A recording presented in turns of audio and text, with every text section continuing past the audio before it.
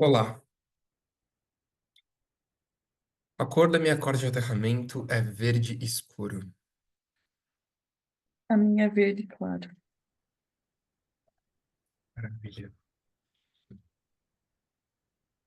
Assuntos. Coisa pra gente conversar. Acho que teve uma coisa que anotou, né, Jéssica? Uma coisa que falou que queria ouvir eu falando um pouco mais desse encontro. O que que era mesmo? Era sobre responsabilidade radical com o parceiro, que tinha a ver, responsabilidade radical tinha a ver também com jogar a merda no ventilador Uhum, e falar, né? Que em alguns momentos o parceiro não tá assumindo a responsabilidade dele. uhum. Sim. Só uma coisa. Fabi, acho que seu áudio tá vazando. Acho que ele tá... Não tá. Ai, maravilha. Gratidão. Sim. Então, vê esse convite pra mim dessa coisa assim, de uma raiva pra mim, de como parece que o homem tem espaço para aprender, ele vai aprender e vai cometer erros e vai aprender a ser pai, e para a mãe tem menos esse espaço, né? Então, pelo menos é uma impressão que eu tenho, assim, ela deve saber já, e aí tem que ter paciência com o homem, porque ele vai aprender, e ele pega um pouco de responsabilidade, e aí já está fazendo o suficiente, ou fazendo o papel dele, já está fazendo bem. E eu sinto essa raiva porque é um compromisso de duas pessoas, né? Ter uma criança ou se encontrar na situação onde aconteceu de que tem uma criança. Então, é um compromisso muito importante de ser tomado pelos dois lugares e respondendo a mensagem no último encontro, eu tive essa sensação de que, de uma certa forma, parece que a mulher passa por uma iniciação. Vocês me corrigem se eu estiver equivocado, mas parece que passa por uma iniciação pelo processo físico mesmo, né? Cara, você tá 9 meses ali gerindo uma criança e depois nasce e é doloroso e é um marco e é um pronto, agora sou mãe, agora tem essa criança. Enquanto o homem, me parece que ele tem que criar essa iniciação para si. Ele tem que criar o se tocar, criar o cair na real, criar o... Só que para um homem poder ser um pai, poder ser um adulto, ele precisa ser adulto primeiro, ele precisa sair do estado de ego infantil dele primeiro. Isso é o que a gente vê no ETB, né, no Spin the Box, sobre a jornada de iniciação na maturidade adulta. Então, o homem, ele tá muitas vezes no estado de ego infantil, ou no estado de ego adolescente dele, e não assumindo responsabilidade pela criança ou pela parceria. E nesse caso, é claro, assim, tem dois caminhos, né? Tem uma que o homem pode não estar disponível, e aí você pode escolher assumir responsabilidade radical no sentido de não vou fazer com que o que o outro está fazendo, ou deixando de fazer, me impeça de ter criar o tipo de educação, ou criar o tipo de relação com essa criança, ou oferecer para ela o tipo de mundo que eu gostaria. Então aí a responsabilidade radical, ela entra num lugar muito bonito de assumir responsabilidade por garantir que isso vai acontecer, independente se o outro está fazendo ou não. Mas entra a segunda camada, que a distinção de responsabilidade radical não é fazer tudo. Responsabilidade radical é, inclusive, assumir responsabilidade pelo nível de responsabilidade que está sendo assumido. Então, responsabilidade radical é cobrar de forma. E existem formas de cobrar. Existe o cobrar que é com baixo drama, e ele não ajuda em nada o processo. Ele só cria mais drama, só cria mais conflito, não ajuda. Mas existe o cobrar que também pode criar conflito, mas que é de um lugar de alto drama, porque o conflito ele também pode ser um alto drama. Ele pode ser um baixo drama quando não, você não faz isso, é coisa de vítima, é coisa de algoz, e coisa de culpabilização. E existe o conflito que pode acontecer em um alto drama, que é você não tá fugindo de uma conversa séria. O que que tá acontecendo? O que que tá acontecendo que nessa última semana? O que que tá acontecendo que hoje? O que que tá acontecendo que nas últimas horas você não está assumindo nível de responsabilidade radical pela criança também?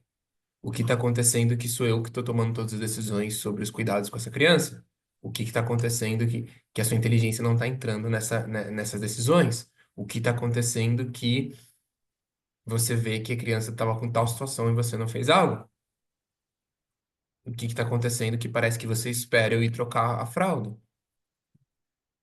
Então, o cobrar ele pode vir de um lugar de autodrama, quando ele não é do lugar de vítima, ele pera, a gente tem essa situação aqui, o que que tá rolando? Eu quero entender, vou negociar isso, não tá ok isso, entende?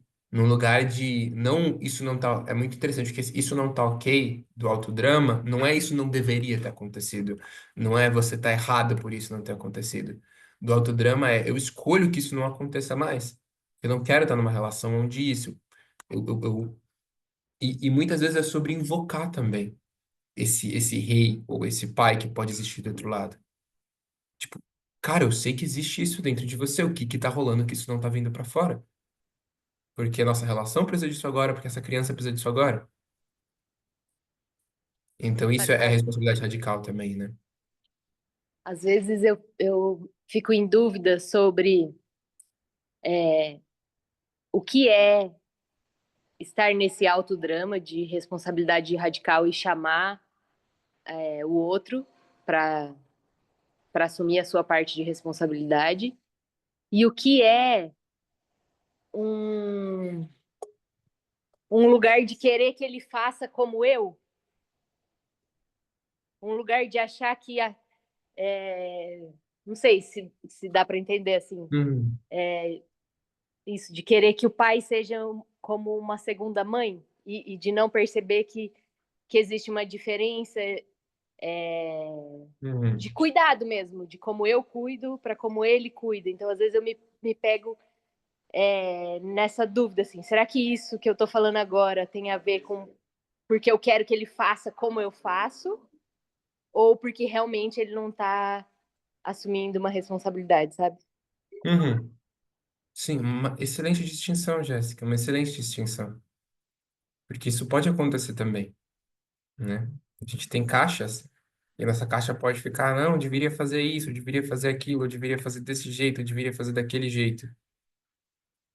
Então, faz muito sentido, a gente tem que entrar, não, é um convite que entremos nesse espaço de observar também para si, né? Para não ficar a caixa tentando dominar a relação, tentando controlar, porque o homem e a mulher ela tem diferentes coisas a oferecer para a criança, né? O pai e a mãe. Então, não é sobre. E aí, um ponto importante, você falou dividir a responsabilidade, a parte do outro de responsabilidade. Não é sobre o outro pegar a parte do outro de responsabilidade. É sobre você pegar 100% da responsabilidade e o outro também. E aí, o que vocês conseguem criar é muito louco. Porque essa ideia de uma responsabilidade dividida é uma ideia de uma mínima. Ó, para termos a criança e o mínimo de coisa que precisamos fazer é isso. E para cada um, o mínimo é diferente, né? Estamos no caminho de autoconhecimento, então o mínimo tem outras coisinhas aqui. Tem que a criança não faça isso e aquilo, e faça isso e aquilo. Para cada cultura, cada família tem um mínimo diferente. Mas essa ideia de dividir responsabilidade, ela vem desse lugar do mínimo. Tem um mínimo que precisa acontecer e a gente vai dividir para que isso aconteça. Que isso? É educar uma criança com um estado de sobrevivência, com um lugar de escassez, né? Escassez de criação, escassez de cultivo, escassez de. Existe a possibilidade que não, eu vou assumir, você assume radical responsabilidade por tudo que a sua inteligência pode agregar para um amparamento de espaço e o que você pode fazer, e descobrir nova inteligência que pode agregar. E aí o pai também assume responsabilidade radical pelos aspectos que ele pode fazer. Então tem coisas que talvez só você possa fazer, ou a criança só queira que você faça nesse momento. Mas existe uma camada de coisas que o pai pode fazer para apoiar esse processo todo, como ele pode facilitar, como ele pode apoiar, como ele pode amparar espaço para você conseguir amparar esse momento, porque tem essas etapas, fases, né? Comum que a criança precise mais da mãe no primeiro momento, assim como chega um momento onde é hora do pai levar essa criança para o mundo, onde é hora dele começar a levar ela para as aventuras, para saídas, para descobertas, para escalar árvore, para quebrar um braço, entendeu? Esse tipo de coisa, levar em aventuras. Então, tem etapas, tem momentos, mas em ambas as etapas, em ambos os momentos, ambos podem assumir responsabilidade radical pelo processo inteiro do cultivo, porque educação não é só fazer, cuidar da higiene, ou cuidar do básico, ou cuidar da sobrevivência da criança. Envolve como criar um ambiente fértil, como criar, e aí vai para muito além do mínimo, vai para dimensões aonde que música tá tocando na casa, quando essa criança tá. Como tá o quarto dela, o ambiente onde ela fica, tá harmonioso, ele tá convidativo para magia, ele tá. Sabe? Será que tem alguma coisinha dela que precisa ser cuidada, uma roupa que precisa ser lavada, uma madeira que precisa ser feita, uma nova coisinha que precisa ser comprada? Então vai para muito além as camadas do processo de estar ali com essa criança e criar um ambiente fértil para ela, né? É que para mim também, quando tanto quanto você estava falando no começo, Israel, depois quando a Jéssica falou, parece que tem uma diferença de espaços de relacionamento, assim. Porque eu acho que eu falei no encontro passado e me vem isso de novo agora. Que é a mistura que faz, tipo, o meu espaço de relacionamento com o meu marido e eu ser, tipo, a guardiã, a falar a partir da perspectiva da criança. Então, eu ser quase uma representante, uma guardiã da criança e falar a partir da vontade dela. Parece que são dois espaços separados. Tipo, eu com meu companheiro e nós dois como pais e guardiões dessa criança. São dois níveis de conversa diferentes. E eu percebo, para mim, na minha experiência, que na minha casa, essas coisas elas meio que se misturam às vezes. Tipo, as coisas que eu preciso falar para o meu companheiro, ah, que eu, Camille, como esposa dele, como companheira, quero falar, às vezes eu misturo com alguma coisa que eu percebo do que tipo, eu gostaria de falar a partir da minha filha, tipo, do que ele deveria, ou do que eu vejo que ele poderia fazer com relação a ela. Então, eu vejo que essas coisas, elas se misturam e parece que precisa ter, não é nem a espada alta para separar esses trabalhos, é tipo, tá muito consciente de que são espaços diferentes e pisar em momentos diferentes nesses espaços para não dar essa confusão e não projetar coisas de um espaço no outro. Essa é a minha sensação. Uhum. Camila e Israel, desculpa o atraso. Gostaria de compartilhar algo aqui, pessoal, porque ouvindo, Camila, eu não peguei o contexto todo anterior, mas você falando, e eu como pai e como homem, eu estou num movimento agora que está sendo bastante difícil para mim, né? De perceber que muitas vezes eu acabei terceirizando as minhas emoções em relação às crianças e em relação ao meu relacionamento com a Ju, todo para ela. Então, muitas vezes, onde eu falava assim, tá, me fala o que que eu tenho que fazer que eu vou fazer, né? E não é esse o ponto, né? E quando eu comecei esse movimento, eu percebi o quão injusto eu estava e eu entendi muitas vezes a raiva que a Ju tinha quando a gente ia conversar sobre esses assuntos, porque ficou uma carga emocional muito grande só do lado dela, onde ela tinha a responsabilidade sozinha de perceber o que estava acontecendo ou Uhum. deixando de acontecer, ela que tinha que lidar com os sentimentos que eram gerados através da relação com as crianças. E eu não me permitia sentir, então era o que ela estava sentindo, eu me apoiava naquilo e eu ficava só como um executor de algo que estava incomodando ela. E agora isso aconteceu há muito pouco tempo, quando eu comecei a me colocar no lugar do peraí, deixa eu ver o que está acontecendo, o que está sendo requerido, o que, que esse comportamento me faz sentir também, e eu comecei a entrar para o jogo, né? E eu acho que isso precisa ter um diálogo e uma relação muito forte, muito autêntica entre vocês, para que os papéis estejam cada um no seu lugar. Eu percebi que estava tudo muito fora de contexto, fora de lugar, e ela também fazia essa intermediação entre as crianças e eu fazia as intermediações com ela, então do tipo assim, pô, a Paola tá fazendo tal coisa, Ju, fala aí para ela parar. Tipo, não, a gente está no mesmo ambiente, eu estou vendo a situação, né? Então, eu não sei, eu como homem tive muito essa dificuldade de lidar com os meus sentimentos, entender tudo isso e parar de terceirizar todas essas questões sentimentais que eu sempre tive muita dificuldade de lidar. Uhum. Gratidão por compartilhar, Cleber. Obrigada, Kleber. Por aqui eu observei algo que eu vejo que isso tem a ver com o estar ou não no time da criança. E eu vivenciei aqui com o meu companheiro recentemente, ele tá acordando muito para os sentimentos dele, e ele tá começando a se comprometer com o autoconhecimento. E antes, sei lá, tipo, 2 semanas atrás, ele tava muito num lugar de, vou dar um exemplo. As crianças só querem ficar comigo, só querem que eu bote pra dormir. E na cabeça, a história que ele contava elas querem isso porque você faz tudo o que elas querem. O que, pra mim, eu vejo, eu tô no time delas, eu deixo elas fazerem coisas que pode fazer, não tem problema, e boto limite para coisas que não pode. Mas tô muito no time delas, e daí ele falava que elas não queriam dormir com ele, não queriam fazer nada com ele, e era minha culpa. E então ele começou a entrar ele começou o Clube da Raiva e tal, e tipo, cara, mudanças assim que estão acontecendo, graças a Deus. E que ele tá percebendo, ele começou a falar, nossa, eu tô entendendo isso que você tá falando do time e tal. E daí então ele teve essa percepção, eu vejo que esse negócio de intermediar, assim, ele teve essa percepção que enquanto ele não tiver com sensibilidade e disponibilidade emocional, eu vou ficar sendo a intermediadora, porque eu sou a pessoa que tô com essa disponibilidade desde que eu pari os meus filhos, porque é realmente essa iniciação que te coloca, não, é quase que não é uma opção você não sentir, porque parece que é tão visceral a sua relação com seu filho que você divide esse corpo, quase que você divide esse corpo emocional, energético com a criança. Até quando você não quer, você tá lá, tipo, não é algo que eu consigo desligar, eu não sinto que eu consigo desligar. E ele é como se ele tem que conscientemente querer tá no time dessa criança e ao mesmo tempo fazer um trabalho individual dele, de limpar as histórias, de ele, tipo, se conhecer emocionalmente, tomar consciência de que ele tem sentimentos, baixar o nível de anestesiamento para então ele ter espaço para estar no time das crianças. E é tipo um monte de processo que acontece ao mesmo tempo, assim, né? Mas só de ter consciência disso, dessa ideia do time, para ele foi muito uau, assim, para mim também. Só de perceber isso, ele já começou a conseguir estar mais com as crianças, assim.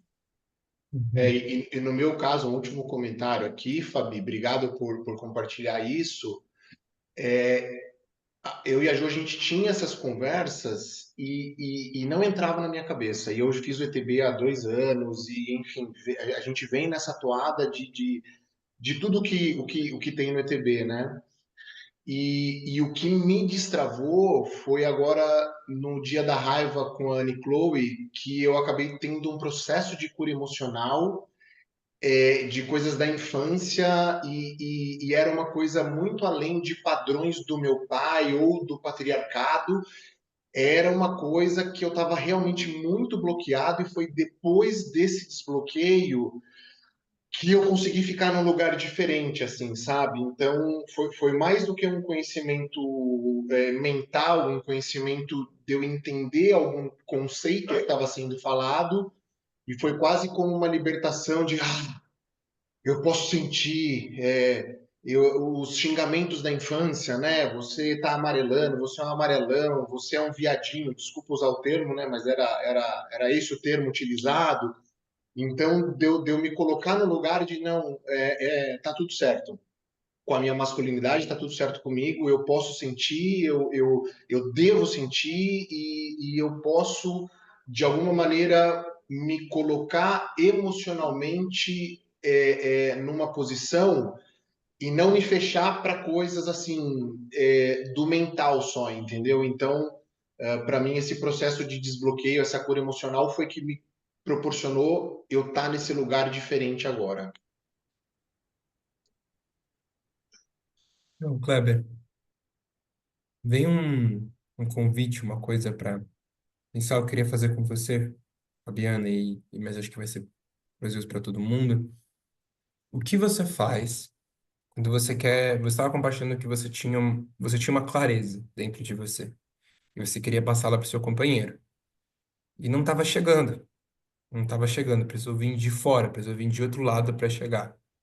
Quantas vezes já se viu nessa situação onde você tem uma clareza, você quer falar algo, tenta, e isso não atravessa, o diálogo ele não chega lá e acaba tendo essa transformação só quando um outro fator externo vem? Quantas vezes você já viu isso acontecer? Eu, na minha vida, Hum.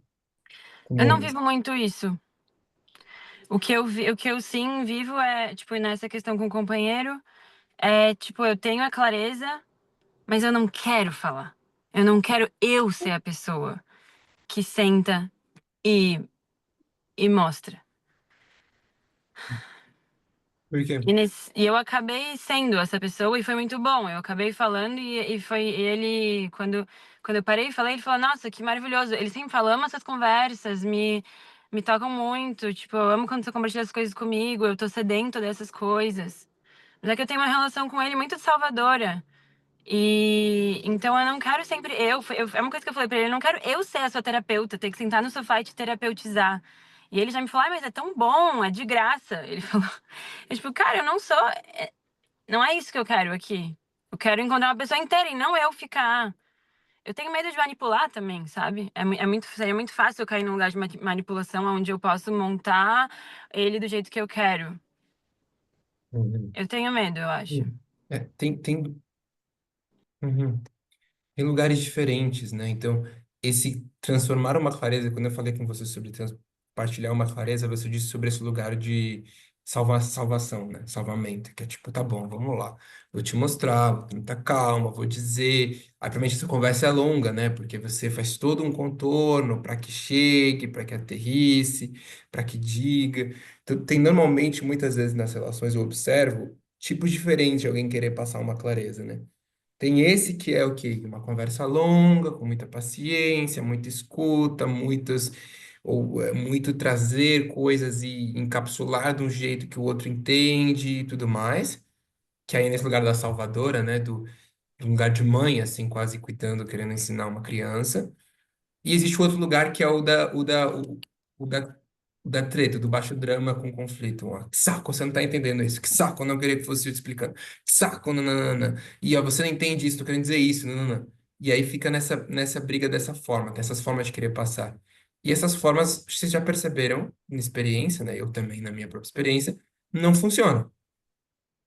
Não aterrissa, não chega de verdade no outro o que quer ser dito, ou a clareza, ou a compreensão.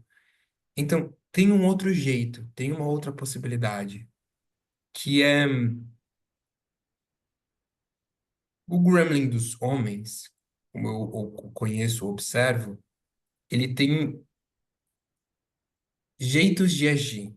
Se é confrontado, ou se recebe um feedback, ou se recebe uma coisa assim, primeiro como eu vejo, a primeira reação desse gremlin é uma defesa.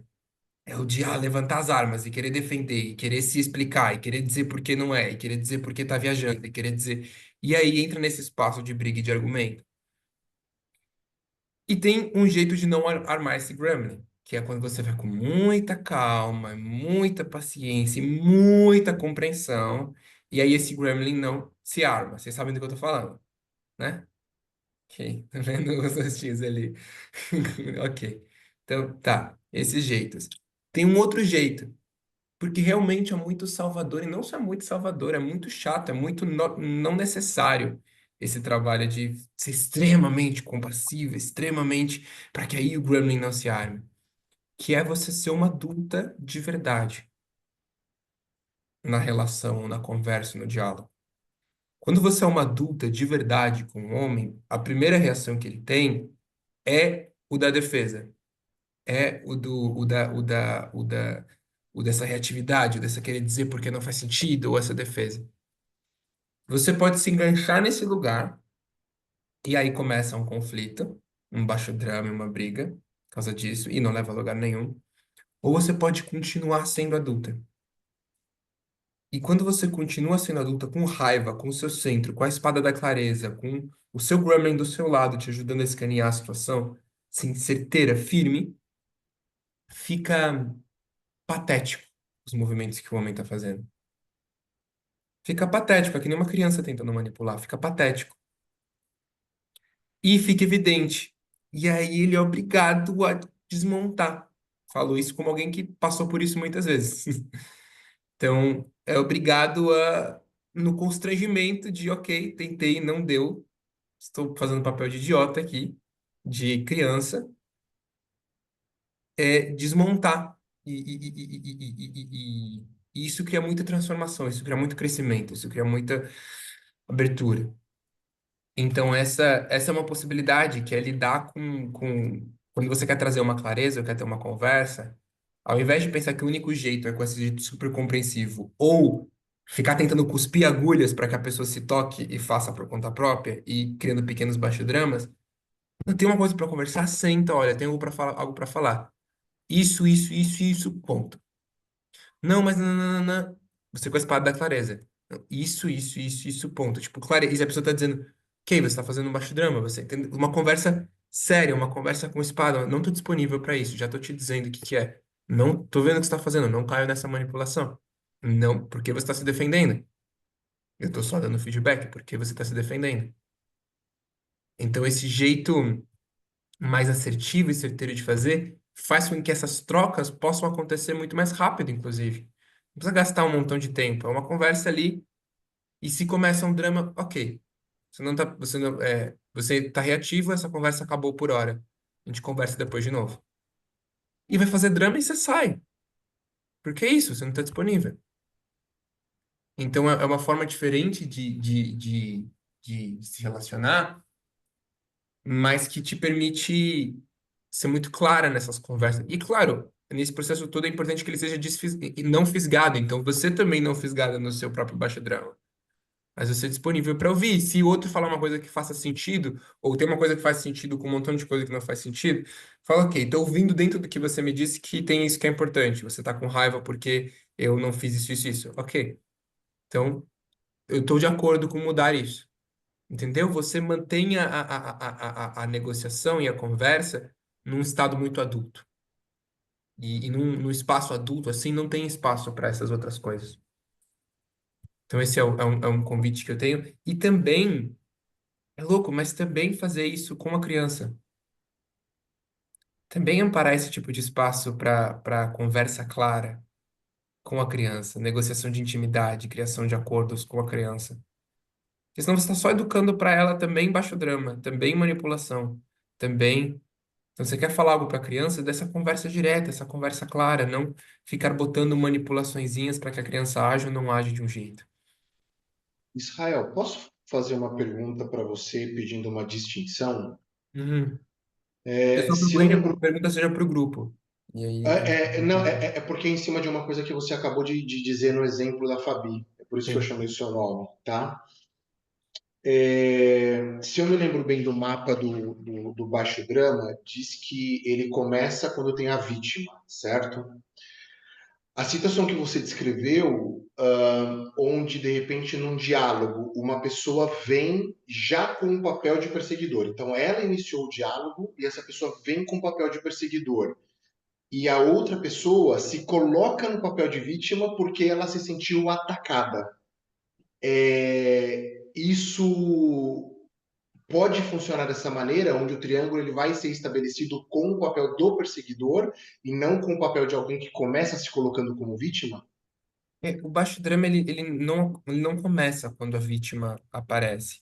Ele começa quando existe uma não aceitação da realidade, ou seja, você parte do princípio de que algo não deveria ter acontecido, isso não deveria ser assim, isso não poderia ter acontecido. Quando começa desse lugar, o baixo drama começa. Mas Porque eu ele é vejo do que quando a lugar pessoa de... sente isso, ela se sente uma vítima. Tipo, isso não deveria ter acontecido, eu sou uma vítima disso. Ou não só isso, ou também no lugar de agressor. Você não deveria ter feito isso. E aí ele vai nesse lugar de você não deveria ter feito isso. Como você pode ter feito isso? Não, não, não, não, não, não. É uma coisa de certo e errado e uma coisa ou o Salvador. Não, isso não deveria estar acontecendo com ela. Aquela pessoa não deveria estar falando assim com essa, entendeu? Então ela parte, o Baixo Drama, ele parte de um lugar de isso não deveria ter acontecido, não deveria estar acontecendo. E a partir daí, os sentimentos, eles não são usados para lidar com a realidade. Eles são usados para lidar com algo que não deveria ter acontecido na realidade, entende? Por isso que eles ficam bugados e não são práticos. Porque eles ficam, isso não deveria ter acontecido, só que você não tem como mudar a realidade. Então você fica, isso não deveria ter acontecido, isso não deveria ter acontecido, isso não deveria ter acontecido. Entende? Aí entra o baixo drama. Já o alto drama, a gente não tá te ouvindo, Amanda. Não, eu falei que aí, só que aí eu entendo que o baixo drama ele só perpetua se alguém entrar no lugar da Exatamente. vítima. Aí é o ponto da vítima. Então, ele não começa com a vítima, mas ele só consegue continuar existindo se alguém aceita esse lugar de vítima. Então, se alguém começa com o movimento Salvador, e quem a pessoa disse que é uma vítima fala: Pera, o que que você está fazendo? Não pedi sua ajuda. Não tem mais papel de Salvador, que não tem uma vítima, não se porta como uma vítima. Se alguém começa como um agressor, e a pessoa ou coloca um limite, chega! Ou a pessoa mantém o centro e, tipo, tá ali completamente tranquila. O outro tá ali, perdendo a cabeça, a pessoa tá. Que é isso? Você disse que tá com raiva por causa disso, disso e disso. Percebe? Não tem uma vítima. E não tem baixo drama. Então, a vítima, ela perpetua o processo quando a gente está falando de um baixo drama relacional, né? Que tem relação com outras pessoas. Mas ele começa com uma não aceitação. Já o autodrama, ele é simplesmente quando você, mesmo que você não queira, mesmo que você não goste, mesmo que você queira algo diferente, você aceita que isso aconteceu, que essa é a realidade.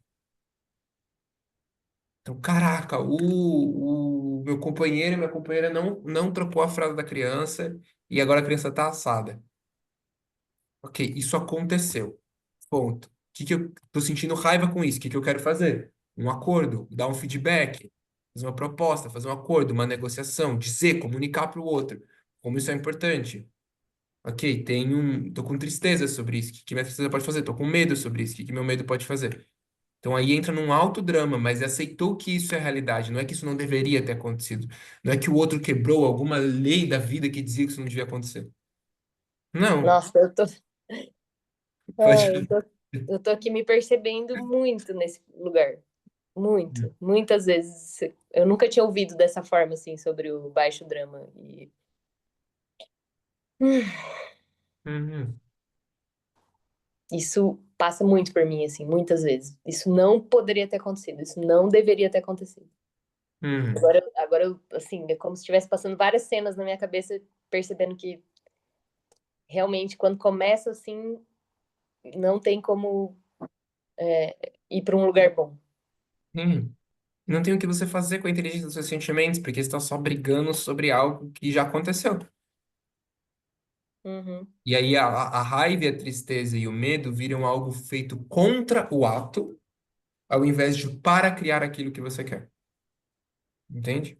A diferença entre contra e para. A raiva, medo e tristeza é contra, ao invés de raiva, medo e tristeza para. Eu queria compartilhar uma coisa que aconteceu hoje de manhã, que eu fiquei muito alegre, porque eu vejo que foi a primeira vez que eu consegui. Sabe quando eu me vi fazendo algo completamente diferente do que eu estava acostumada a fazer? E me deixou muito alegre. É, Eu levei as crianças na escola e quando cheguei lá vi que a minha filha estava sem sapato. E o pai dela que tinha colocado eles no carro, tipo, tinha arrumado tudo, arrumou a mochila e tava botando no carro. E eu era só pra entrar no carro e levá-los. E aí eu fiquei com muita raiva. E eu tinha uma reunião às 9 da manhã, e eu fiquei procurando sapato, tipo, com as amigas lá, outras pessoas da escola. Eu senti uns olhares da professora. Entrei num baixo drama total, tipo, stories, a professora tá me julgando, não sei o quê. Cara, eu fiquei explodindo de raiva. Aí tá, resolvi o sapato lá, achei o sapato, cheguei no carro, mandei mensagem pro Benja. Eu me permiti fazer uma coisa que um dia eu quero conseguir não fazer, mas eu me permiti, tipo, falar todas as histórias. Só que eu falei assim, olha, eu vou te falar um monte de coisa aqui que eu só vou, são as minhas histórias. Não quer dizer que é verdade e você pode escolher não reagir a isso.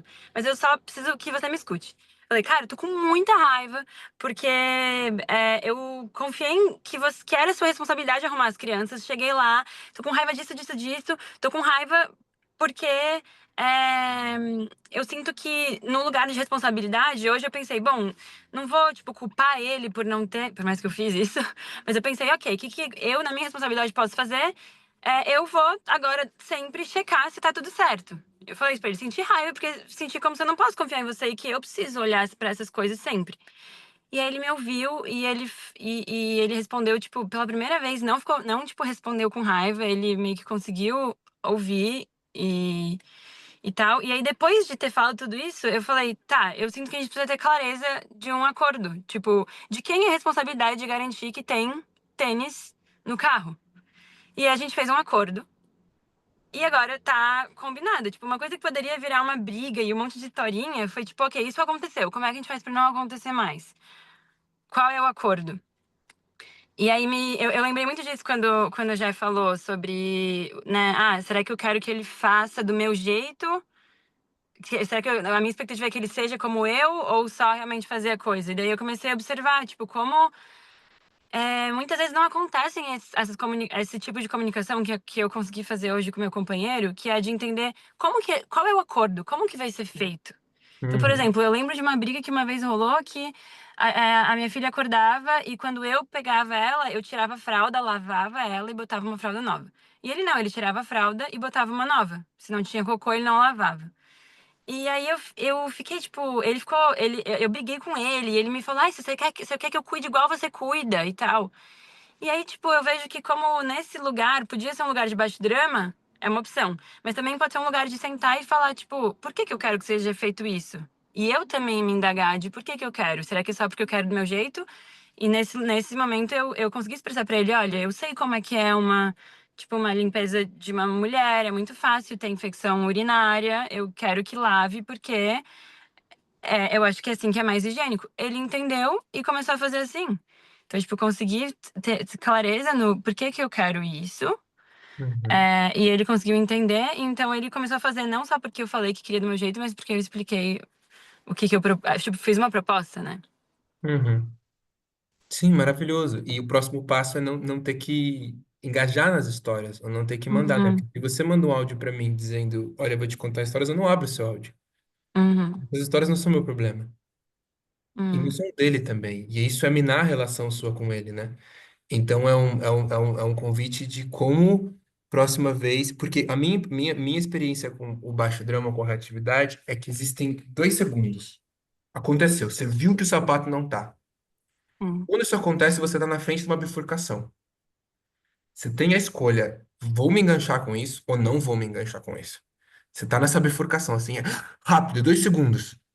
Se você escolher vou me enganchar com isso, e você coloca o gancho, dispara uma química no seu corpo, cortisol, essas coisas todas. Se disparou, é 15 minutos. Não vou falar com ninguém. 15 minutos. Preciso. Que a química precisa dar uma renovada. Você já disparou a química. Mas existe a possibilidade de você ver. Inclusive, é uma ferramenta que eu recomendo muito para vocês. É muito útil. É estranho, mas é muito útil.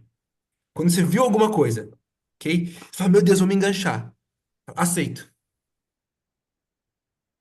Monta a mão, só se rendendo assim, aceito. aceito que vai me enganchar? Não, aceito que isso aconteceu. Isso aconteceu. Não quer dizer que eu quero que isso aconteça, não quer dizer que eu vou deixar isso continuar acontecendo, não quer dizer que eu me conformo com isso. Quer dizer, aceito.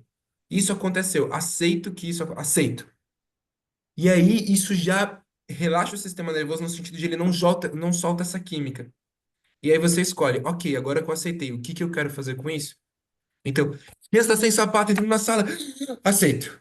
Aceito, está sem sapato. É isso, ela está agora sem sapato. Essa é a realidade que aconteceu. Está sem sapato. O que eu quero fazer sobre isso? Que ação eu fazer? É importante agora o suficiente para eu voltar e pegar o sapato? Não, não é importante agora para isso. É importante para isso? O que que precisa? Quero que isso aconteça? Não, vou fazer uma negociação. Por que que não quero que isso aconteça? O que que tem sobre sapatos? E aí fica livre, fica espaço interno livre para você ter o diálogo interno, usar a inteligência dos sentimentos e descobrir se isso primeiro, ouvir a criança, qual a sensação dela, o que que ela tem sobre. Às vezes ela amou, às vezes ela quer, às vezes ela, mãe, nossa, agora eu quero ir sempre sem sapato. Tá bom, vai sem sapato. Tem um risco de pegar um bichinho do pé. Você explica para ele o que que é, fala, não, tudo bem, qual o risco, a gente cuida se precisar. Tá bom, então cuida se precisar. Então, é importante essa liberdade que o aceitar dá para refletir. Porque é muito delicado isso também. Essa coisa do se relacionar, do cobrar ou do pedir, é importante que venha de um lugar de permacultora da criança e não no lugar de seguir as regrinhas que você tem sobre educação. Então, a gente falou isso um pouco no primeiro encontro. O convite que a educação arcana faz é seja um permacultor de crianças. Um permacultor de crianças é que nem numa planta. Hoje, por exemplo, a minha parceira comprou um montão de plantas para casa. Aí tinha uma planta que a gente comprou bem grande, bonita, toda folhada. Ela tá aqui atrás de mim. Cadê? É essa atrás. Acho que tá muito escuro pra ver. Enfim, ela é linda. E o cara falou: você deixa ela no sol, ela gosta de sol. Ok, a regra é deixar ela no sol. Então a Amanda deixou no lugar que mais entra sol do quarto. Isso chegou ontem ou antes de ontem a planta. Hoje a Amanda olhou pra planta de manhã. O rapaz, assim, a planta tá verde, tá linda, mas tinha um detalhezinho, a cor deu uma mudadinha. Ele falou: eu acho que essa planta não tá gostando tanto do sol. Mesmo que o cara disse que tem que ficar no sol. A Amanda foi dar uma pesquisada a mais e viu que essa planta pode ser que ela também prefira a sombra. Ok, então a Amanda mudou para sombra e vai descobrir agora. Então isso é ser um permacultor. Foda-se o que você leu, foda-se o que você estudou, foda-se quem falou, foda-se as regras que você tem, foda-se como sua mãe ou seu pai disse que tem que educar uma criança. Você, antes de tudo, escuta a criança, observa o que ela está precisando, o que ela quer, qual a necessidade dessa criança. O livro não vem antes, e você não educa a criança através do livro, ou através do que você conhece, ou através da educação que você recebeu. Você escuta e você vê se tem algo de útil na educação que você recebeu, algo de útil no livro, algo de útil em tal lugar que você possa usar nesse momento. Mas a relação ela é direta, é primeiro naquele lugar. Então, isso é um jeito muito importante para não cair nas regrinhas. Nas Nesse regrinhas caso, do que precisa ser feito, o que não precisa ser feito, como isso precisa ser feito. É descobrir, é explorar, é aprender, é melhorar e é ouvir a criança primeiro sobre quais são as necessidades reais dela. nesse caso de hoje, do sapato, eu vejo que, assim, tipo, a minha filha, ela tem 2 anos. Tem conversas que eu vejo que eu acabo, que eu não tenho com ela, por sentir que não existe a necessidade de ter. E que, tipo, nesse momento, de chegar na escola sem sapato, eu percebo que tipo, ela tá completamente confiando no adulto pra gerir o que ela precisa. Tipo, ela queria brincar na escolinha. Então, nem envolvi ela na escolha do sapato ou não. Porque é tipo, uma criança dessa idade eu vejo que tá muito confiante nos adultos que estão cuidando dela, sabe? Não tem a Quando eu ver falo com ouvir, Ela não tava Adriane, muito aí pro sapato. não é sobre ouvir o que ela diz, ou ouvir o intelecto dela. A Uhum. planta não disse nada para Amanda, ou não falou. É o ouvir de perceber. Ok, Uhum. tá sem sapato, quero entender como é isso. Observa. Deixa ela entrar na escola, deixa ela caminhar, observa o terreno da escola. Então, é o que eu falei no primeiro encontro. A gente dá muito espaço aonde erro pode acontecer, mas a gente coloca um limite. Mesmo desde pequeno, desde bebê, a gente dá espaço onde o erro pode acontecer, mas coloca um limite ao ponto que o erro não seja perigoso demais. Então, ok, tá sem sapato, vai entrar. Primeiro escaneia como é esse chão. Tá quente demais que vai queimar, tem algum o chão essa escola ela tem algum vidros quebrados no chão, tem demasiados espinhos, entende? E a grama Uhum. aqui, ok, tem uma grama nessa escola, uma escola que tem uma grama, mas como é essa grama? É aquelas que tem aquelas pontinhas, tem alguns pedaços de plantas que são espinhosas, tem umas gramas que tem isso. Então, e isso é observar a criança, a necessidade dela. E ok, a criança tá lá, qual é a primeira experiência dela com isso? Então, é sobre dar um espaço aonde não deixar tudo resolvido, nem desde pequeno. Dá um espaço onde erros podem ser acontecidos, onde a aprendizagem pode acontecer desde pequenininho. Mas tem um limite que é para não entrar num risco muito grande, não entrar num lugar. Mas quando eu falo escutar, não é sobre escutar o que a criança vai falar. É sobre escutar o observando, escutar os com outros corpos, escutar os 5 corpos da criança e como ela responde a essa circunstância, né? Israel, eu tô um pouco confusa, porque eu compreendo bem isso que você está Tem trazendo. pausa rapidinho. Confusão é raiva reprimida, raiva guardada. Então, se você mudasse sua palavra, eu sinto raiva por quê? O que você diria? Tenta, só tenta. Eu sinto Eu raiva por quê? entendo, não consigo entender. Sinto raiva porque não estou conseguindo compreender. Para mim, me parece desconectado o que a Fabiana trouxe, da sua resposta.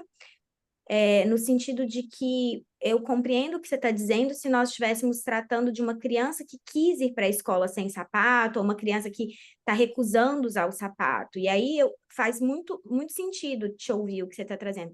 Mas nesse caso, a criança não é uma opção da criança, a criança confiou, a Fabiana está dizendo, né? Ela confia que ela vai estar bem preparada para o ambiente.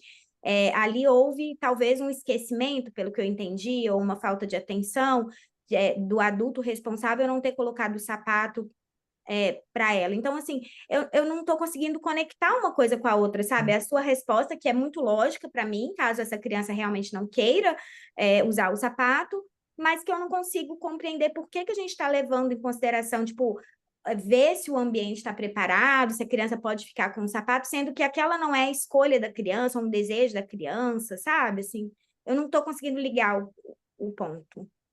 Você. Eu quero. é, Eu posso compartilhar como chega para mim? deixa eu trazer uma coisa antes, só, Jéssica. Uhum. O jeito que você fala, Amanda, muitas vezes parece que você quer tentar ter um controle muito grande sobre as circunstâncias na qual a criança está. Isso não é a vida, não é o planeta no qual a gente está.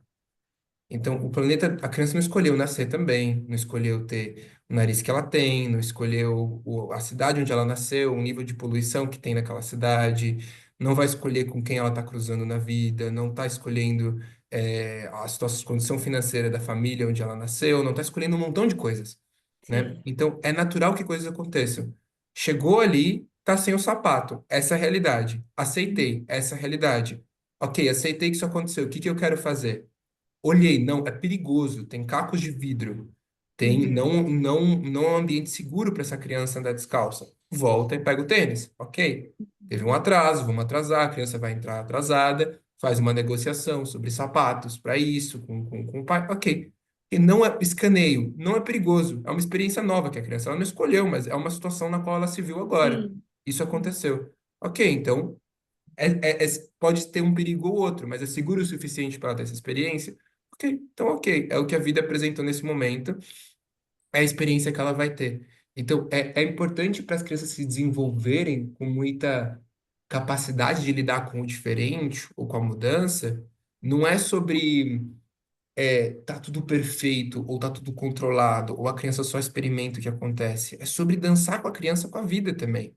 As Uhum. diferentes coisas que a vida for apresentando ou não. É claro que na próxima você pode fazer uma escolha, consciente dessa vez se você vai trazer ou não o sapato. Mas você pode ter visto que a criança, ou para ela tanto fez, tanto faz, quando ela entrou na escola sem sapato, ou para ela foi uma experiência gostosa. Ou para ela foi um pouquinho desconfortável, mas não tanto. E você pode falar, Uhum. nossa, que interessante, não foi tanto desconfortável, vou fazer isso uma vez por semana. Por quê? Porque eu sei que isso vai desenvolver os músculos do pé de uma certa forma dela, isso vai ser muito saudável para a planta do pé dela, muito saudável para ela. Então, eu vou ter essa experiência mesmo assim, mesmo que ela não tenha escolhido, porque é uma experiência diferente que eu estou oferecendo, né? Então, é muito dessa navegação de experimentação e de uma aceitação também do que a vida vai apresentando. Isso desenvolve essa maturidade emocional na criança de lidar com as Sim. coisas, né? Uhum. Eu compreendi que assim você está trazendo uma opção para resolver, assim, um cenário também para essa situação que foi, né, que Sim, aconteceu aí com a Fabiana. Sim. sim.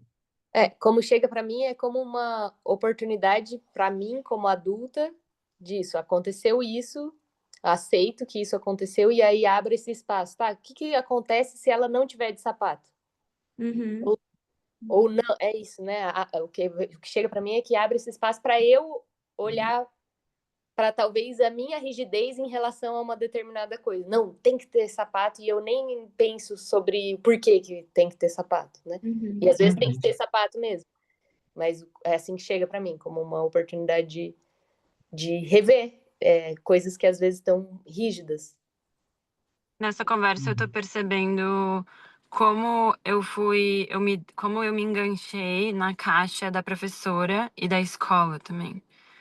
Tipo, agora eu ouvindo, eu pensei, tipo, nossa, tá super quente. Tipo, a minha filha podia muito ter ido descalça. Tipo, em casa a gente sempre fica descalço na terra e tal. E eu percebi medo quando eu pensei isso. Percebi que a professora não Uhum. ia gostar. E Uhum. que ela ia É, achar, tipo, não, aqui não. Ia achar perigoso, sei lá. Uhum. E aí, é isso, né? Escola e tal. Por mais que seja uma escola que eu gosto muito, ainda assim é uma caixa, tem regras, é uma instituição, né, que preza pela segurança, às vezes com um certo medo. E muito interessante essa coisa de você pegar o seu centro de volta, né? Se você está tomando decisões sobre o que, que a escola, o que, que a professora pensa, é um convite para trazer o centro de volta. E se a professora vir falar, nossa, mas notei que sua filha veio descalça, não pode vir descalça. Você fala, nossa, é interessante o que sua caixa pensa sobre ser descalça. Ela, caixa? Aí vocês conseguem começar uma ótima conversa sobre o que, que é caixa. Então, é um. É um é muito importante quebrar tantas estruturas e coisas da caixa sobre o que que você tem, de como tem que ser as coisas, de que jeito deve ser as coisas, de que pode, o que que não pode. Muito valioso quebrar isso, porque isso foi muito treinado, né? A meu grande movimento dessa semana, que foi de diversão absoluta, foi assim, estudando por vários anos educação alternativa, muitas vezes eu me reparei com detalhes da história da educação. Mas eu nunca tinha parado para pesquisar, assim, falar, cara, desde o comecinho, toda a linha cronológica, século por século, o que que foi rolando, sabe? E foi muito divertido. Eu fiquei o outro dia, 2 da manhã, assim, por entre 4 horas e meia, 5 horas, assim, sem parar, vendo cada detalhe, conectando cada ponto da história. Foi muito divertido nessa missão de encontrar o que que fez, o que que aconteceu que escola virou escola, né? Porque a origem da palavra escola vem de escolé, que significava tempo livre para reflexão em grego antigo. Era o oposto de pono, se não me engano, que é trabalho forçado. Escola era o oposto de algo forçado, era tempo livre para reflexão em filosofia. Isso era escola. E isso na época de Sócrates. E quando Platão começou a falar mais sobre paideia e os conceitos ali sobre educação, escola virou o lugar aonde esse tempo livre de reflexão era praticado. Só que hoje o que a gente vive é algo muito diferente desse conceito. Então foi essa jornada de entender o que que aconteceu com essa palavra, com essa estrutura que veio até agora. Então foi. Se quiserem, eu posso partilhar um pouco, se for do interesse de vocês, eu posso partilhar um pouco das descobertas mais legais desse processo. Nossa, eu já visualizei um vídeo, tipo, um mini documentário de, tipo, como surgiu a Quero escola. dizer, foi muito divertido. Muito divertido. Assim, a base, ou o resumo, assim, né? Porque é muito grande o rolê, mas o resumo é de que Platão traz essas ideias maravilhosas ali, pegando um pouco do que Pitágoras tinha trazido da Índia, né? Porque os primeiros lugares onde falaram sobre isso, a gente tem escrituras de lugares de aprendizado, é Egito e Índia, né? Egito Antigo e Índia Antiga. E aí Pitágoras bebeu muito dessa fonte, ele foi antes de Sócrates, o que provavelmente influenciou um pouco essas ideias também. Sócrates tinha o próprio jeito dele de aprendizado ali nas praças, e Platão pegou essas ideias e tentou estruturar um pouco mais, mas ainda muito focado na aprendizagem da alma, e acabou desenvolvendo esse conceito de escolha, o conceito de paideia, como ambiente de educação para o ser. Logo depois ali e durante Platão, chega Aristóteles, que eu não sei vocês, assim, talvez é porque eu saí da escola, mas o jeito que eu tinha aprendido sobre Aristóteles era quase como se ele fosse um discípulo direto de Platão, assim, né? Tipo, foi Sócrates, depois Platão e depois Aristóteles. Mas o rolê é outro, porque na verdade Aristóteles era alguém que discordava de Platão durante a época de Platão. Platão achava Aristóteles muito inteligente, mas muito arrogante, e Aristóteles tinha outras ideias. Tanto que quem sucede Platão na academia, que era o lugar que ele formou, não foi Aristóteles, foi Euclides, uma coisa assim. E aí, Aristóteles tinha uma visão muito hierárquica, de organização, de estrutura. Ele via a paideia e escolha como uma oportunidade para criar civis que serviam a polis, a cidade. Então, para ele, a polis estava acima de tudo, a cidade acima de tudo, depois o cidadão grego, depois as mulheres, e depois os estrangeiros, e depois os escravos.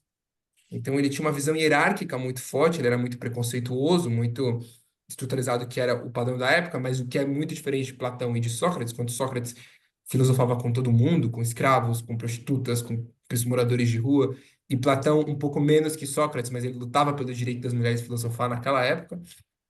Aristóteles não, ele era muito nesse lugar assim de controle, hierarquia, ele via o conceito de Platão como uma oportunidade para criar civis que servissem a polis. E, e aí, enfim, durante toda a história da educação depois, vira uma dança entre essas ideias de Aristóteles e de Platão, né? Porque Aristóteles trouxe essas ideias todas, só que aconteceu que Aristóteles virou o professor de Alexandre o Grande, o que escalou muito a reputação dele, das ideias dele, por ele ter sido professor de um grande conquistador, que tinha sido o primeiro grande conquistador do Ocidente. E aí depois, quando Roma invade, escolhe vira Ulis, não lembro, uma coisa assim, no latim, e vira o lugar aonde você ensina e forma civis, né? Então pegou uma ideia um pouco mais dessa linha de Aristóteles, depois vem a igreja, e aí quando na igreja com Tomás de Aquino começa a ter acesso de novo a toda a mitologia, a toda a filosofia de Aristóteles que tinha se perdido, e de Platão também, mas enfim, de Aristóteles, a igreja escolhe Aristóteles para ser o seu principal representante, porque as ideias de Aristóteles conversam muito mais do que a igreja da Idade Média tinha de ideais ou tinha de mente. Eles usam todo o conceito de Aristóteles para construir a igreja, com hierarquia, com Deus acima de tudo, a igreja logo depois, e depois as pessoas. E aí essa hierarquia, inclusive, é o que sustenta a Inquisição. O começo da Inquisição vem logo quando... O começo da Inquisição vem ao mesmo tempo ali, enquanto Aristóteles está chegando na igreja e ajudando ela a se estruturar com essa lógica e com essa argumentativa. E, nesse mesmo tempo, está sendo criada a escolástica, que aí é essa evolução do latim para a igreja, onde a igreja começou, escolástica começou a ser esse doutrina e doutrinação das crianças para a igreja, do cultivo para a igreja. Depois a gente tem o Renascimento, Platão começa a voltar, mas Aristóteles também volta através do Renascimento mais uma vez. Algumas filosofias começam a aplicar o que Platão falava como paideia, mas não era o ensino público obrigatório, era um ensino mais privado, que poucas pessoas tinham acesso, mas que tinham conceitos mais de paideia. Até que a Prússia, ali depois do Iluminismo, na época da Revolução Francesa, cria o primeiro sistema obrigatório gratuito do mundo de educação, como uma estratégia militar. Eles queriam virar uma potência militar na época e pensaram, se a gente obriga as crianças a se tornarem militares desde os dos 13 anos de idade, ali, desde se desenvolver, então a gente vai ter um campo militar mais forte. Ao mesmo tempo, Napoleão começa a fazer os liceus. Napoleão era muito guiado pela ideia de Aristóteles também. Inclusive, ele usa no mesmo nome de escola que Aristóteles usava, que era o liceu. Ele usa os liceus na França, e esses liceus não eram obrigatórios e gratuitos, mas eram para a elite, para os filhos das pessoas que trabalhavam lá, se desenvolver e ficarem mais inteligentes para a guerra e para conflitos e para a gestão do país. Prússia derrotada por Napoleão. Prússia começa a implementar a ideia de Napoleão também, tornando a educação obrigatória e gratuita dela não só militar, mas também para formar civis inteligentes, como estratégia de guerra. E um pouco depois, Júnior Ferry, Jules Ferry, Julie tem que lembrar o nome dele, é o primeiro que cria na França o sistema educação gratuita e obrigatório para todos, pegando essa coisa de formar, aí durante a Revolução Industrial ali, para formar civis que servissem ao governo, ao Estado, que é isso, né? O governo e o Estado, ele depende que as pessoas aceitem as leis dele e vejam as leis dele como reais.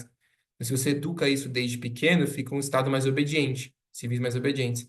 Então, nessa época, entra a educação gratuita e pública para todo mundo e laica, né? Também ele implementou essa ideia da educação laica como uma forma de servir ao Estado naquele momento. Também tem que pensar que estava acabando o poder da igreja ainda, que tinha vindo da Inquisição e desse momento, então também foi um ataque a esse movimento da igreja. E aí começa a Revolução Industrial e também entra com preparar pessoas para o mercado de trabalho, porque cada vez tinha mais máquinas que precisavam ser lidas instruções para pessoas saberem. E aí, desse contexto todo, de uma linha muito mais de Aristóteles, de filosofia muito mais... a escola moderna é baseada no ela é o Aristóteles aplicado na Revolução Industrial para criar pessoas para o mercado de trabalho e para criar serviços que melhor servem ao Estado. Então, isso é muito louco pensar, observar qual é o objetivo da educação, não atual, né? A educação que a gente tinha até faz pouco, nascia desse lugar e tinha essa proposta, essa ideia, essa frequência, e o que é muito diferente do Eu marketing diria que próprio. ainda tem até hoje, né? Porque eu Sim, prefiro passar no então, vestibular. tem as bases disso. Nos anos 2000 começou uma mudança bem importante, e o Brasil entrou nela em 2017, com a nova BNCC, Sim. que ela parou de medir sobre matéria que era passada e começou a medir sobre competências desenvolvidas. Mas desde 2017 até agora, são poucas as escolas que sabem como aplicar isso ainda, entendem como aplicar isso e conseguem aplicar, e a gente segue a maioria. Então, a gente ainda segue esse sistema. Tem mais espaço do que tinha antes para algo diferente, Tem mais. agora desde 2017, mas ainda não está sendo aplicado. E ainda assim, esse espaço para ir algo diferente, ele tá longe do que pode se tornar em potencial. E essa questão, principalmente essa questão do público obrigatório, né? A gente sabe que tem algumas vantagens com isso, né? Enfim, diminuir um pouco de trabalho infantil, tem umas pequenas bênçãos que vieram com esse processo, mas no geral, se você simplesmente largasse o público obrigatório, podia ter problemas. A gente podia voltar a ter problemas de trabalho infantil, podia ter problemas de drogas, podia ter problemas de várias coisas assim, muita tela que a cultura moderna Violência oferece. doméstica, É, abuso. podia ter esse tipo podia aumentar um pouco dessas questões de problemas nesse sentido.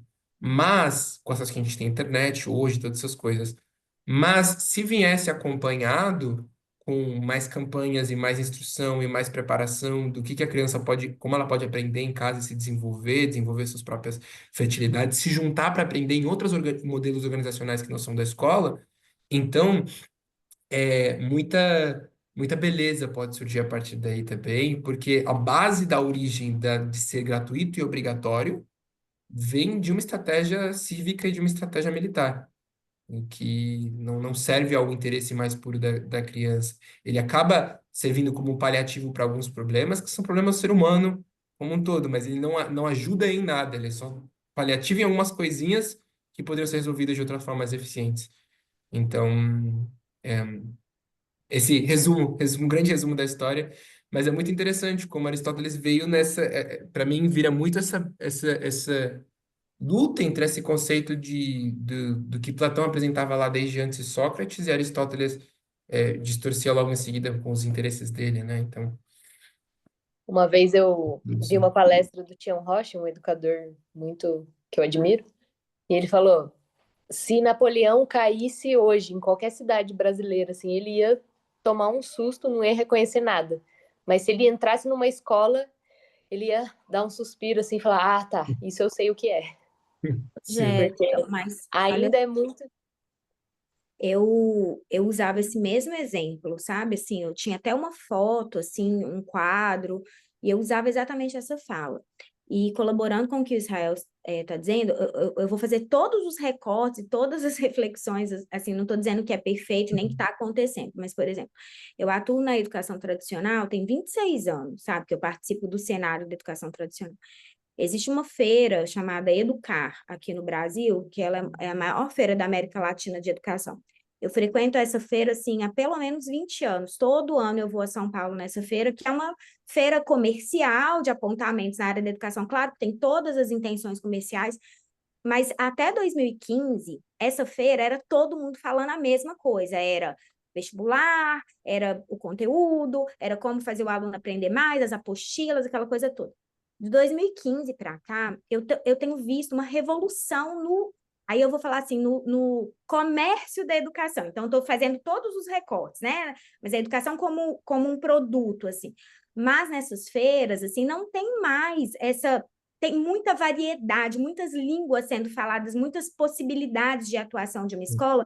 E uma coisa que assim, me chamou muita atenção foi como o socioemocional, a formação integral, a formação humana, o campo das emoções, a inclusão, começou a ganhar espaços que antes não tinham essas discussões, sabe? Então, eu não uso mais, assim, eu acho que hoje um professor lá da era medieval ou da, da questão da Revolução Industrial, se ele chegar aqui em algumas escolas, ele já começa a ver movimentos assim, inclusive no tipo de família, nas indagações, nos conflitos que as escolas estão né, vivendo hoje. Então, assim, não estou dizendo que mudou, mas eu colaboro com Israel dizendo assim, existe um cenário que era de não mudava nada, era tudo igual Uhum. durante muitos anos, e de repente a gente começou a ver mudanças Sim. num nível muito mais rápido do que a gente via antes, assim, sabe? Tem Importante muito para honrar isso, mudar, né? mas Sim, é importante honrar essa coisa que vem,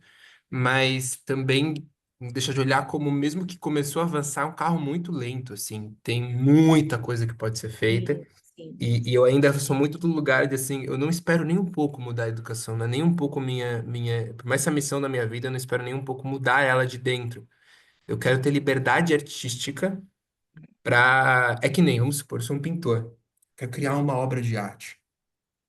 Eu posso fazer isso livre, pegar meu canvas em branco e criar com toda a minha criatividade, ou eu posso ir sabe, num workshop de Monet. E aí eu tenho que fazer dentro das estruturas e regras dele ali criar algo. Minha criatividade fica então limitada do que eu posso dançar ou pintar. Então, para mim é muito esse lugar de, cara, eu vou pegar o espaço livre, vou criar o tipo de educação que eu quero. Foda-se se é proibido ou não, eu não ligo. Eu vou criar o tipo que eu quero. E o resultado que isso cria vira evidência para as pessoas ou para as outras pessoas a por virem, né? E é esse convite que eu faço muito para os educadores que querem mudar algo. Eu falo, cara, eu acredito em você, eu acredito no que você acredita. E eu não quero ver você gastando toda a sua energia para mudar uma, duas, três, quatro coisas que seria maravilhoso mudarem, é claro, mas você tem a oportunidade de criar 300 do zero. Por que gastar toda essa energia que podia criar 300 para mudar três ou mudar quatro? Tipo, cara, você encontrar um educador que consegue mudar três, quatro coisas a um nível estatal já é bizarro.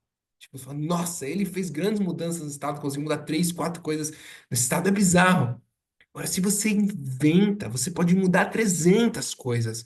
Você pode inventar 300 coisas. E aí, minha aposta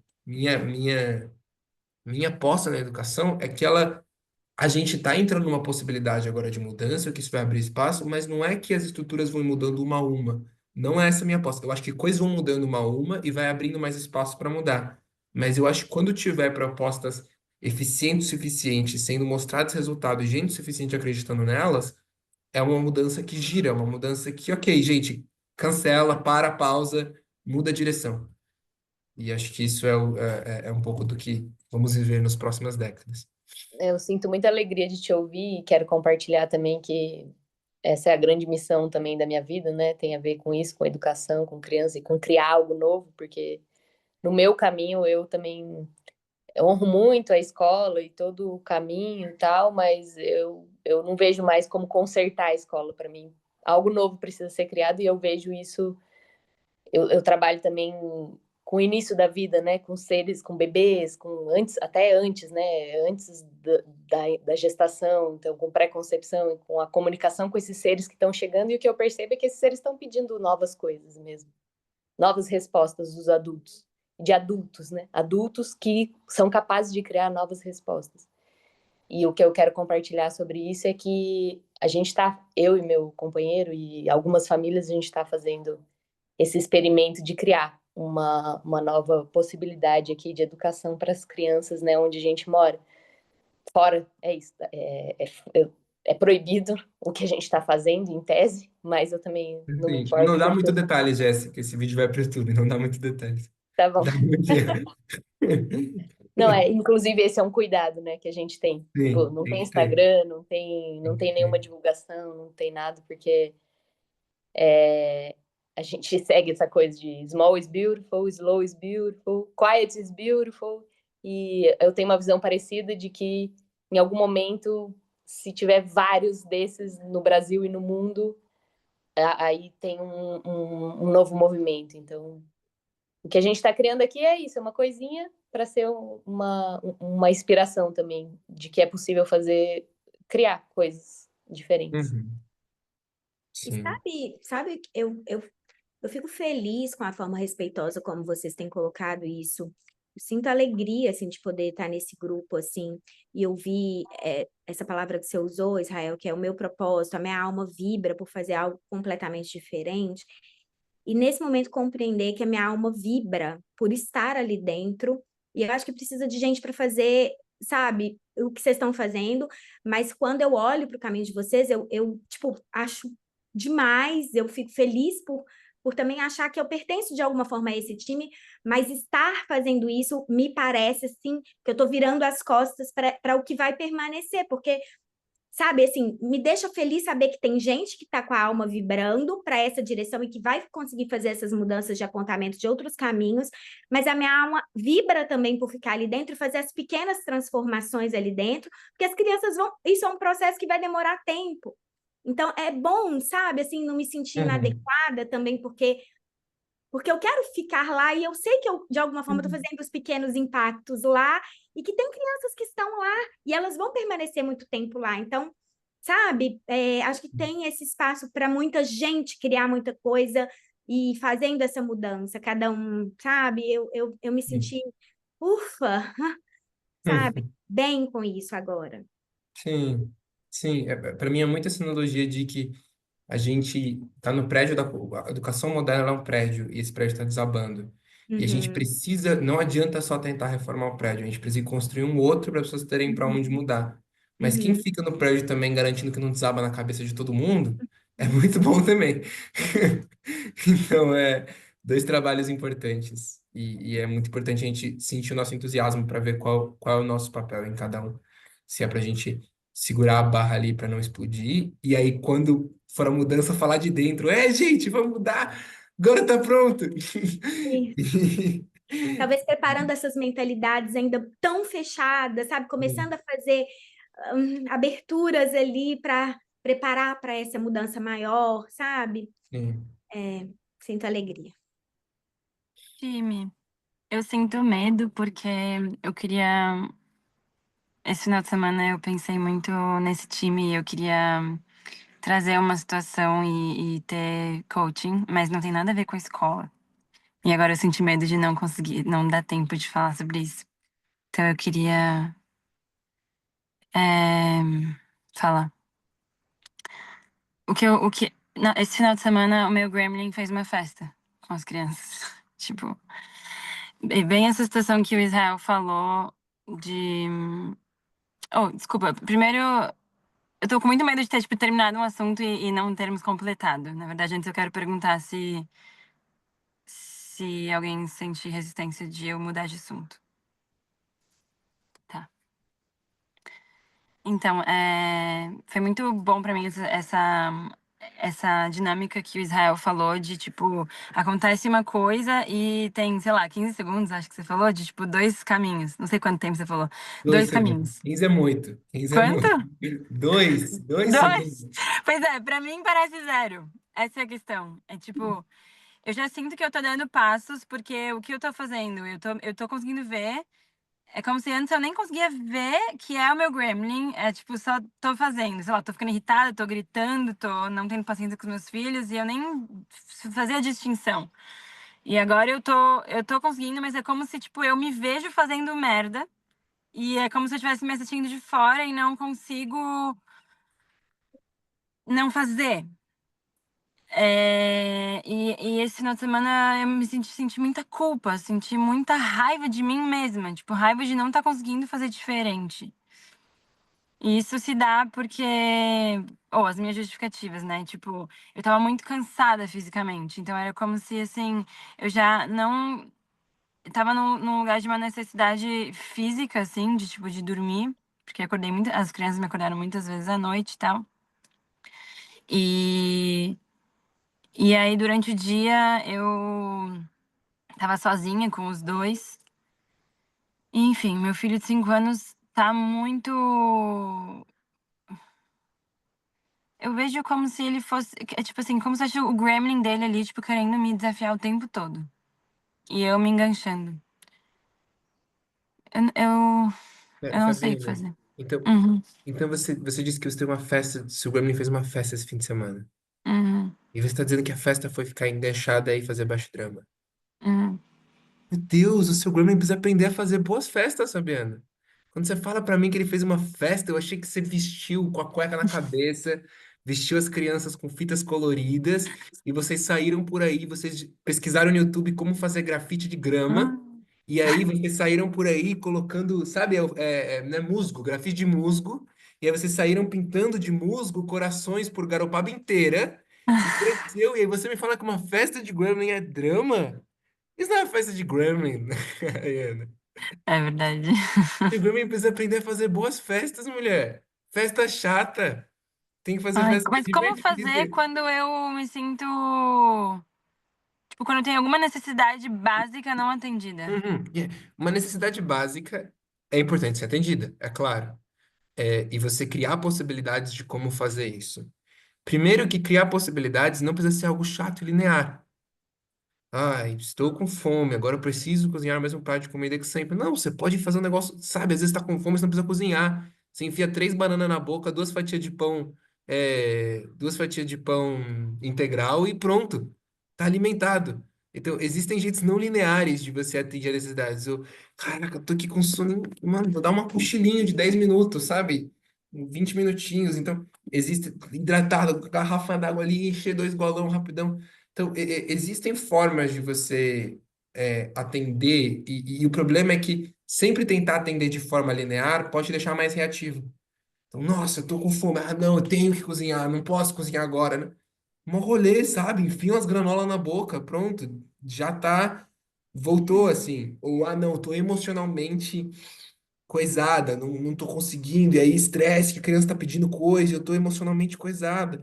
E aí, não, eu preciso de um tempo pra mim, eu preciso de um tempo pra mim e não tá acontecendo. Aí já entra no. Não, usa um caminho não linear. Caraca, eu vou tomar um banho com as crianças de canequinha aqui, com os bonequinhos delas, botar uma musiquinha, e isso eu sei que dar um banho quente é um lugar onde elas dão um pouquinho mais de e isso vai me dar um pouquinho de espaço enquanto eu estou dando banho, de dar uma relaxada emocional enquanto estou colocando uma musiquinha na hora, sabe? Encontrar possibilidades. Às vezes, quando a gente está reativo, a gente não encontra uma, duas ou três possibilidades de atender nossa necessidade, e isso fica mais reativo ainda. Porque, não, agora eu não estou conseguindo fazer aquilo. Se a gente relaxar e abrir um pouco mais esse lugar de como eu posso brincar agora?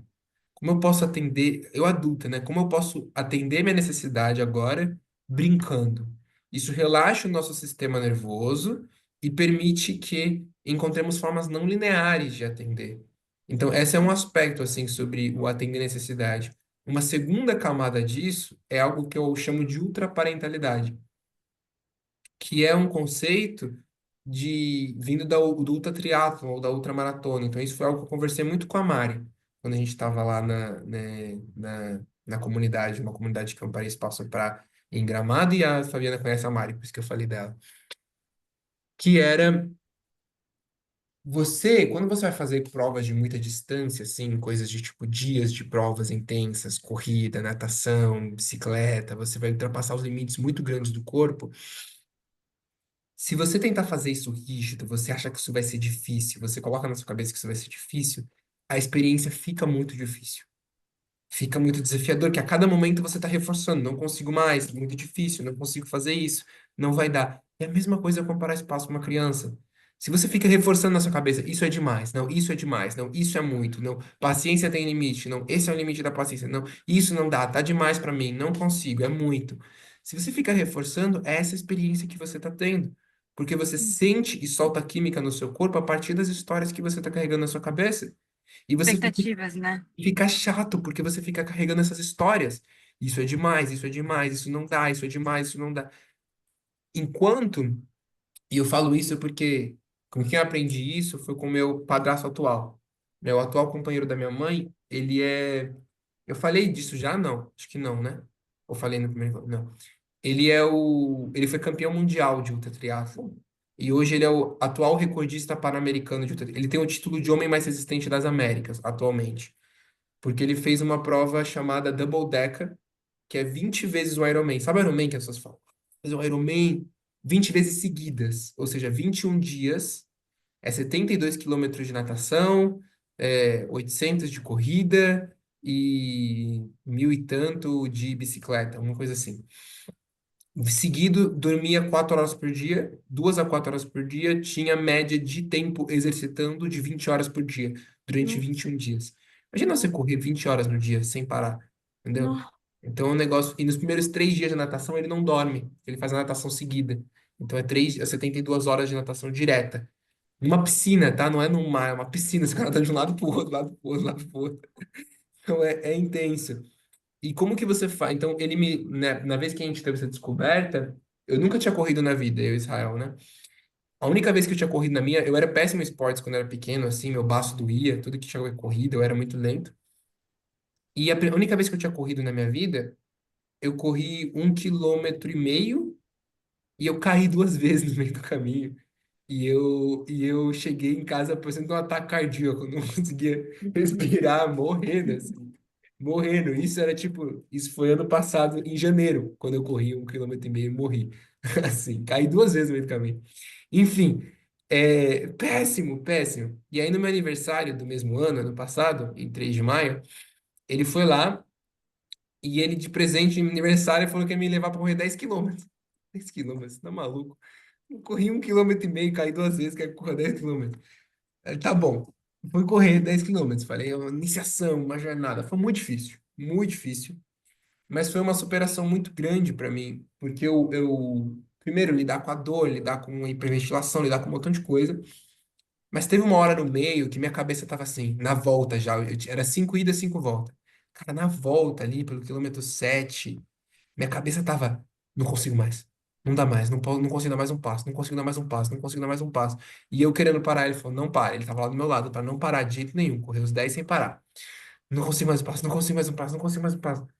Aí tem uma hora que eu olhei e falei, pera, eu tô literalmente acreditando e falando que eu não consigo dar mais um passo há 15 minutos. E eu dei quantos passos? E aí foi uma sacada, porque eu descobri que a minha mente não tem ideia do que eu sou capaz. Ela não sabe, ela não conhece, ela não entende, ela não sabe do que eu sou capaz. E aí isso mudou tudo. E aí eu completei e no dia seguinte eu saí com ele de novo. E a gente fez 22 quilômetros no dia seguinte. Nossa. Então, Uau. então foi tipo, e aí foi o 22 foi muito mais fácil que o 10. Uhum. Porque eu fui com a ideia de, ele falou pra mim, você foi nos 10 que achando que você ia encontrar um desafio, e foi isso que você teve, um desafio.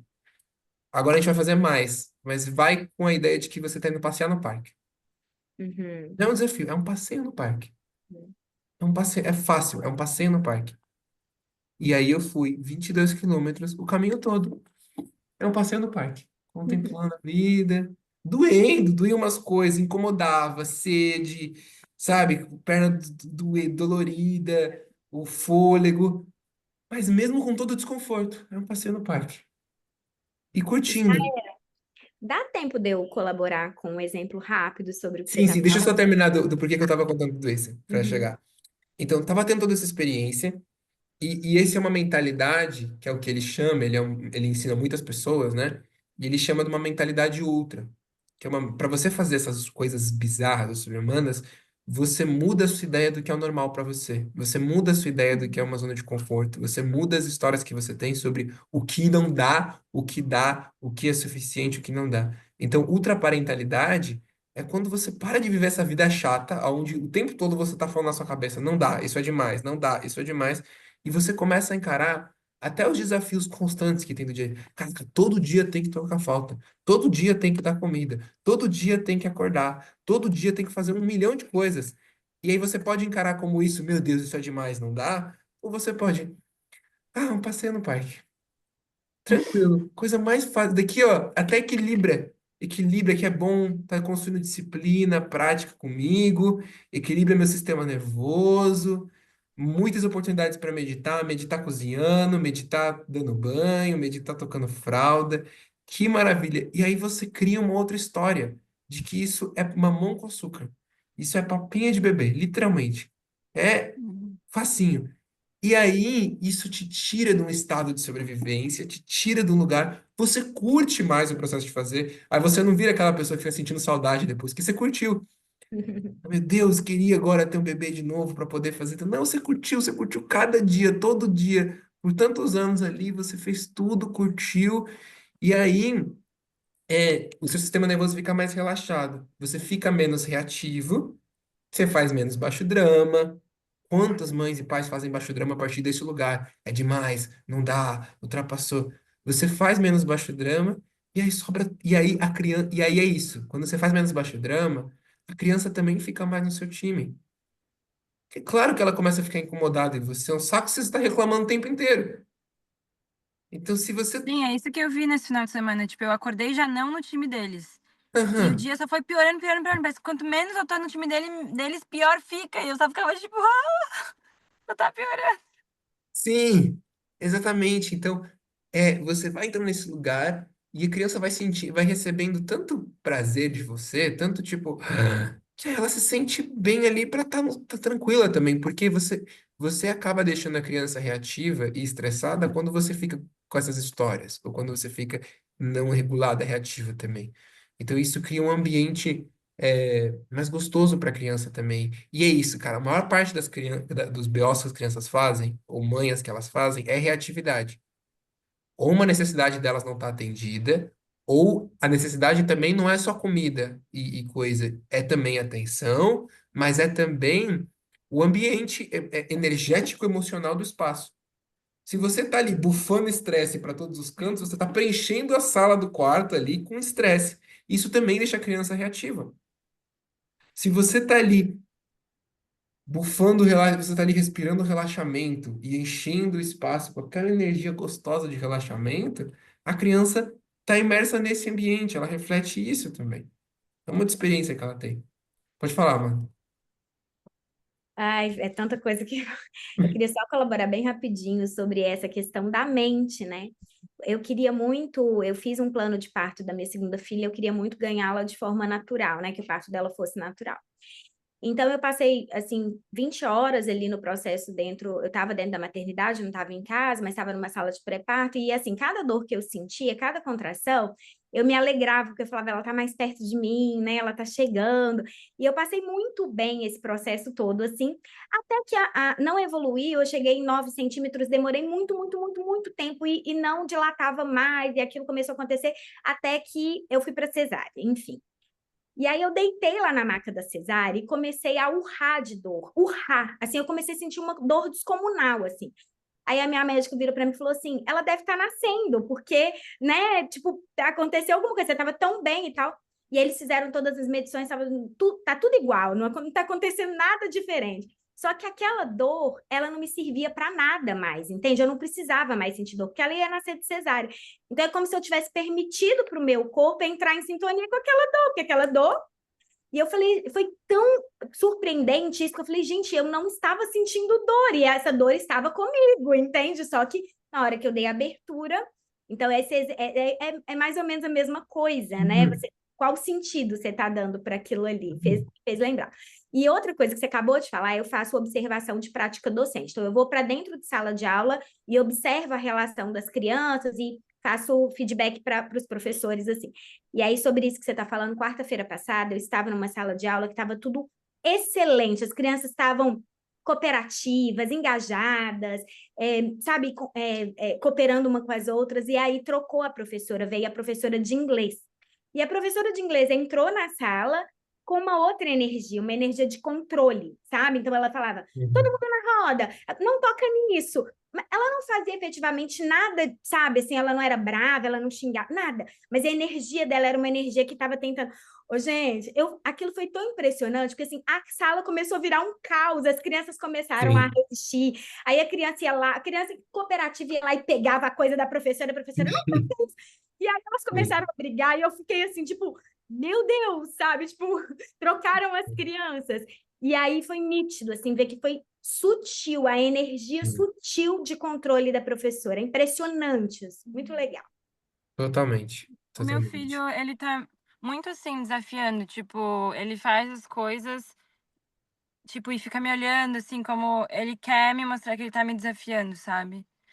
E aí, te ouvindo agora, tipo, eu tava muito certa de que eu tava no time dele, mas te ouvindo agora, eu me perguntei se talvez eu não tô tanto quanto eu acho que eu tô. Uhum. Tipo, por que ele tá fazendo isso? Eu fico triste e com raiva, porque, tipo, cara, eu tô no seu time e parece que você não quer estar. Percebe que você trata, às vezes, eu não sei se os dois, mas ele, quase como se fosse de igual para igual, Biana. Tem um lugar onde parece que Uhum. você, quando está falando ele, parece estar falando do seu companheiro. Hum, Você trata ele de um lugar de tipo, como você não está percebendo isso? Como você não nota isso? Ele é uma criança. É uma relação completamente diferente. Esse é um convite que eu tenho para ti, assim, como você pode observar em que lugares você não está tratando como criança, como lugar de você amparadora de espaço, como lugar de, sabe, e num lugar quase como se a criança tivesse que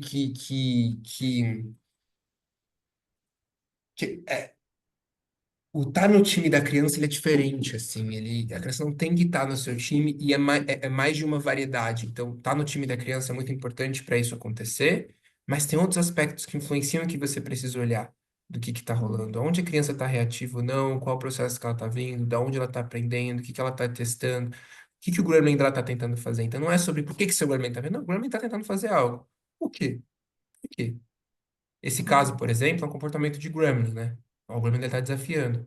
Que ao invés de por que você está fazendo isso no sentido de errado, ao invés de por que você está fazendo isso, é uma coisa de por quê?